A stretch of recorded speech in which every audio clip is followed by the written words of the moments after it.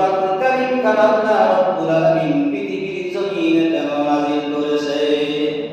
এই কোরআন নাযিল হওয়ার কারণ কি? এই কোরআন আল্লাহর কিতাব, এটা বুঝলাম, কিন্তু কোরআন নাযিল হওয়ার কারণ কি? আমরা মনে করি কোরআন আল্লাহ তাআলা নাযিল করেছেন শুধুমাত্র তিলাওয়াত করার জন্য। এই কোরআনুল কারীম আল্লাহ শুধু তিলাওয়াতের জন্য নাযিল করে নাই। এই কোরআনুল কারীম আল্লাহ শুধুমাত্র রমজান মাসে খতম করার জন্য আল্লাহ নাযিল করে নাই। এই কোরআনুল কারীম মৃত্যু মানুষের জন্য দোয়া করার জন্য আল্লাহ তাআলা নাযিল করে নাই। তাহলে আল্লাহ তাআলা কেন এই কোরআনুল কারীম নাযিল করলেন? এবার আল্লাহ কোরআনুল কারীমের মধ্যে নিজেই বলে দিলেন, কিতাবুন আনজালনাহু ইলাইকা লিতুখরিজান নাসা মিনাজ যুলুমাতি ইলান নূর। নবী, এই কিতাবখানা আমি আপনার উপরে জন্য নাযিল করেছি। এই পৃথিবীর জমিনে এইটুকুই জান্নাত, যত মানুষ পৃথিবীর জমিনে বসবাস করে, সেই মানুষরা হিন্দু হোক, মুসলিম হোক, খ্রিস্টান হোক, জাতি ধর্ম বর্ণ নির্বিশেষে সকল ধরনের মানুষকে অন্ধকার থেকে আলোর পথে বের করার জন্য মহান আল্লাহ কোরআনুল কারীম আপনার উপর নাযিল করেছে। অন্ধকার থেকে আলোর পথে নিয়ে আসার জন্য আল্লাহ তাবারক ওয়া তাআলা কোরআনুল কারীম নাযিল করেছে। এবার এই অন্ধকার কিসের অন্ধকার? এই অন্ধকার দুনিয়ার কোনো সাধারণ অন্ধকার না। এই অন্ধকার রাতের কোনো অন্ধকার না। এই অন্ধকার হলো শিরকিয়াতের অন্ধকার। এই অন্ধকার হলো কুফরিয়তের অন্ধকার। এই অন্ধকার হলো অন্যায় অবিচারের অন্ধকার। এই অন্ধকার হলো জিনা ব্যভিচারের অন্ধকার। এই সমস্ত অন্ধকার থেকে শুধুমাত্র কেবলমাত্র এই কোরআনুল কারীম খানা মানুষকে অন্ধকার থেকে আলোর পথে বের করে নিয়ে আসতে পারে। আল্লাহ বলেন, লা তাসলা তুশরিকি বিল্লাহ ইন্নাশ শিরকা লাযুলমুন আযীম। আল্লাহ তাআলা বলেন, খবরদার পৃথিবীর মানুষ, আল্লাহর সঙ্গে তোমরা শিরক করো না, আল্লাহর সঙ্গে কাউকে শরীক স্থাপন করো না। কারণ শিরক হলো এমন বড় মস্ত বড় অপরাধ, আল্লাহ রাব্বুল আলামিন শিরকের গুনাহ আল্লাহ তাআলা মাফ করেন না। এই অন্ধকার হচ্ছে কুফরিয়তের অন্ধকার। অনেক মানুষ আল্লাহকে বিশ্বাস করে না, আল্লাহর অস্তিত্বকে বিশ্বাস করে না, আল্লাহ আছে এই কথা তারা বিশ্বাস করে না। এই জন্য আল্লাহ রাব্বুল আলামিন কোরআনকে পড়ে বলেন, কাইফা তাকফুরুনা বিল্লাহি ওয়া কুনতুম আমওয়াতান ফাআহইয়াকুম সুম্মা ইউমীতুকুম সুম্মা ইহয়ীকুম সুম্মা ইলাইহি তুরজাউন। আল্লাহ রাব্বুল আলামিন বলেন, কাইফা তাকফুরুনা বিল্লাহ, আল্লাহকে কেমনি অস্বীকার করো, আল্লাহর সঙ্গে কেমনি নাফরমানি করো, আল্লাহর সঙ্গে আল্লাহকে কেমনি অস্বীকার করো। ওয়া কুনতুম আমওয়াতান, তোমরা তো মুর্দা ছিলা, এই পৃথিবীর জমিনে তোমাদের কোনো অস্তিত্ব ছিল না। ওয়া কুনতুম আমওয়াতান, তোমরা তো মুর্দা ছিলা। ফাআহইয়াকুম, আমি আল্লাহ রাব্বুল আলামিন তোমাদের জীবন দিয়েছি। সুম্মা ইউমীতুকুম, আবার আমি তোমাদেরকে মৃত্যু দিব। সুম্মা ইহয়ীকুম, আবার তোমাদেরকে কবর থেকে আমি জীবিত করব, অর্থাৎ আবার তোমাদেরকে আমি পুনরুজ্জীবিত করব। সুম্মা ইলাইহি তুরজাউন, আবার তোমাদেরকে মহান আল্লাহর কাছে ফিরে যেতে হবে। আল্লাহ বলেন, বান্দারে কেমনি আমার সঙ্গে অস্বীকার করছ, কেমনি আমাকে না মানস না, আমার সঙ্গে কেমনি করে তুমি আল্লাহর অস্তিত্ব অস্বীকার করো। এই পৃথিবীর জমিনে তোমাদের কোনো অস্তিত্ব ছিল না। অন্য জায়গায় আল্লাহ বলেন, হাল আতা আলাল ইনসানি হিনুম মিনাদ দাহরি লাম ইয়াকুন শাইআন মাযকুরা। মানুষের জীবনে কি এমন একটি সময় অতিবাহিত হয়ে যায় নাই, এমন একটি সময় কি মানুষের জীবনে আসে নাই উল্লেখযোগ্য বস্তু হিসাবে কোনো কিছুই পরিগণিত ছিল না।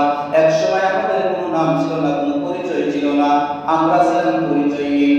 আল্লাহ বলেন, তোমাদের কি এমন একটি সময় আসে নাই এই পৃথিবীর জমিনে তোমাদেরকে কেউ জানত না, কেউ চিনত না, তোমাদের নাম নিশান কোনো কিছুই ছিল না। আল্লাহ বলেন, এই পৃথিবীর জমিনের মধ্যে তোমাদের কোনো পরিচয় ছিল না, তোমাদের পরিচয়, তোমাদের অস্তিত্ব আমি আল্লাহ কেমনি করে নিয়ে আসলাম। ইন্না খালাকনাল ইনসানা মিন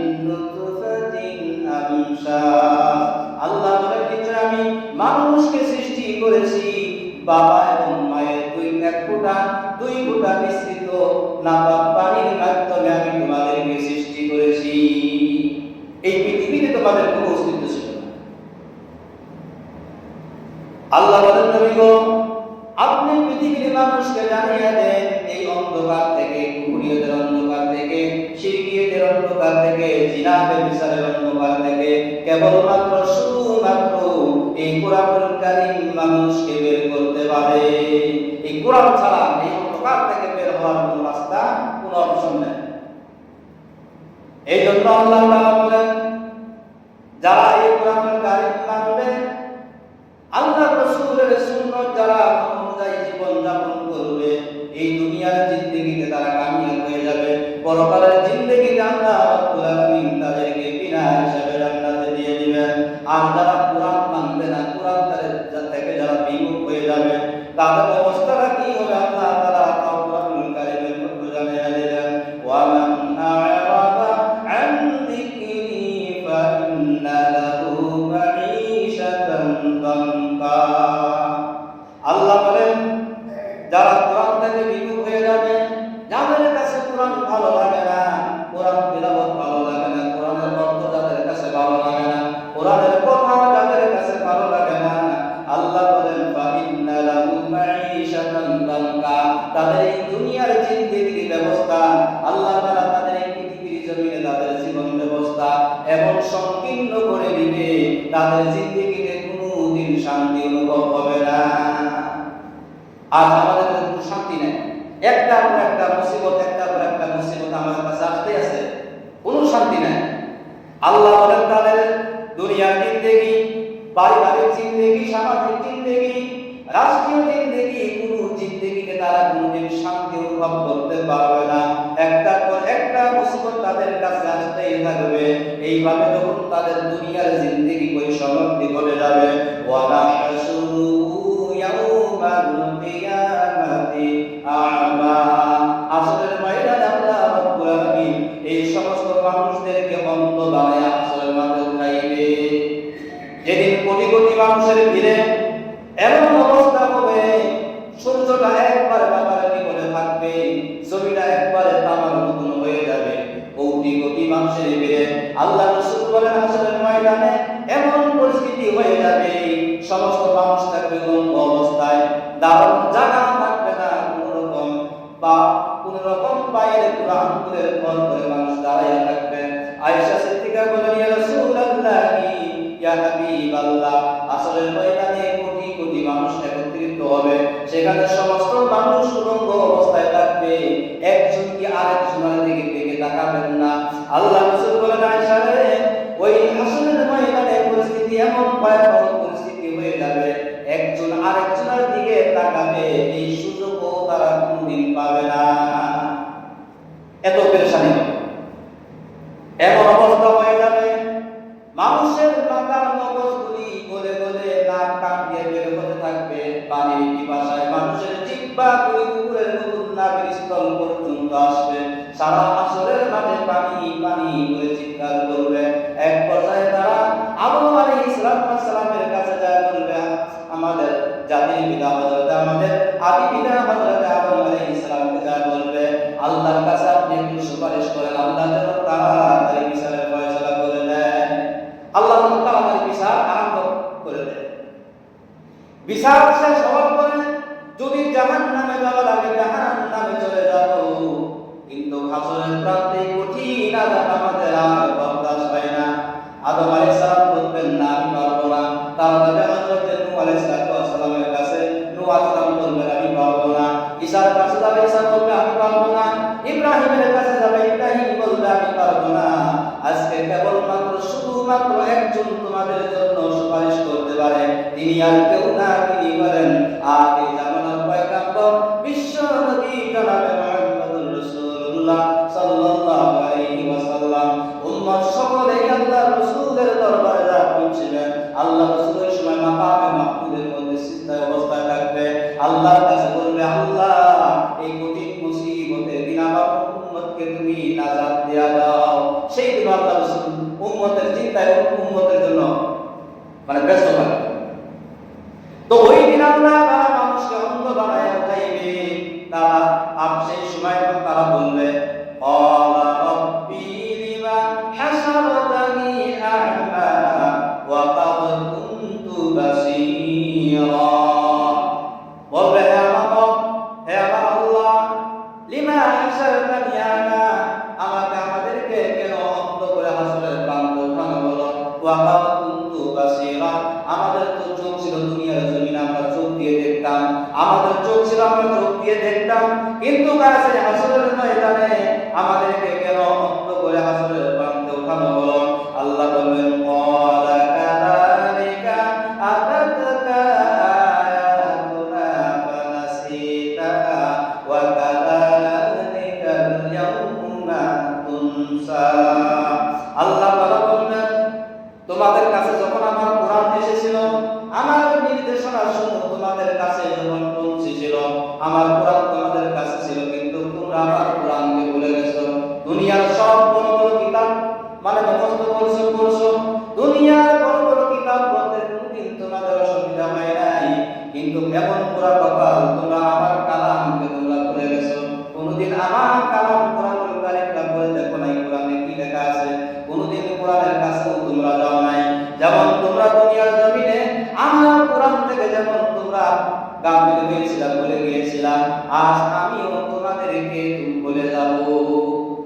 দুনিয়ার জমিনে যেভাবে তোমরা আমাকে ভুলে গিয়েছিলা, আজ আমিও তোমাদেরকে ভুলে গেলাম। আর সেদিন যদি আল্লাহ কথা বলে যে আমি তোমাদেরকে ভুলে গেলাম, তাহলে অবস্থা কি হবে? ভুলে যাওয়ার অর্থ হলো, তার মানে হলো যারা কোরআন অনুযায়ী জীবন যাপন করেনি, আল্লাহর বিধান মেনে যারা পৃথিবীর জমিনে জীবন যাপন করে নাই, তাদের এমন অবস্থা হবে, কবরের জিন্দেগি থেকে তাদের আযাব শুরু হয়ে যাবে।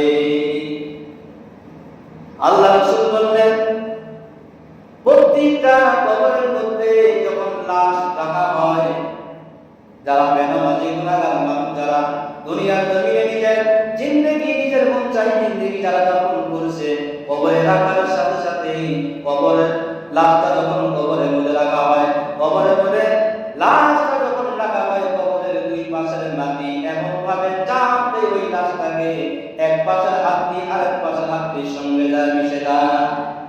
এই জন্য কবর ডাক দিয়া বলেন আনা বাইতুল কোরআন, যে আমি হলাম একা অপরিচিত ঘর। প্রতিদিন কবর আমাদেরকে ডাক দিয়ে বলে আমি হলাম অপরিচিত ঘর, এই ঘরের মধ্যে কোনো পরিচয় থাকে না। দুনিয়ার জমিনে তোমার অনেক পরিচয় থাকতে পারে, এই কবরের মধ্যে কোনো পরিচয় থাকে না। আনা বাইতুল ওয়াহদা, আমি হলাম একা ঘর।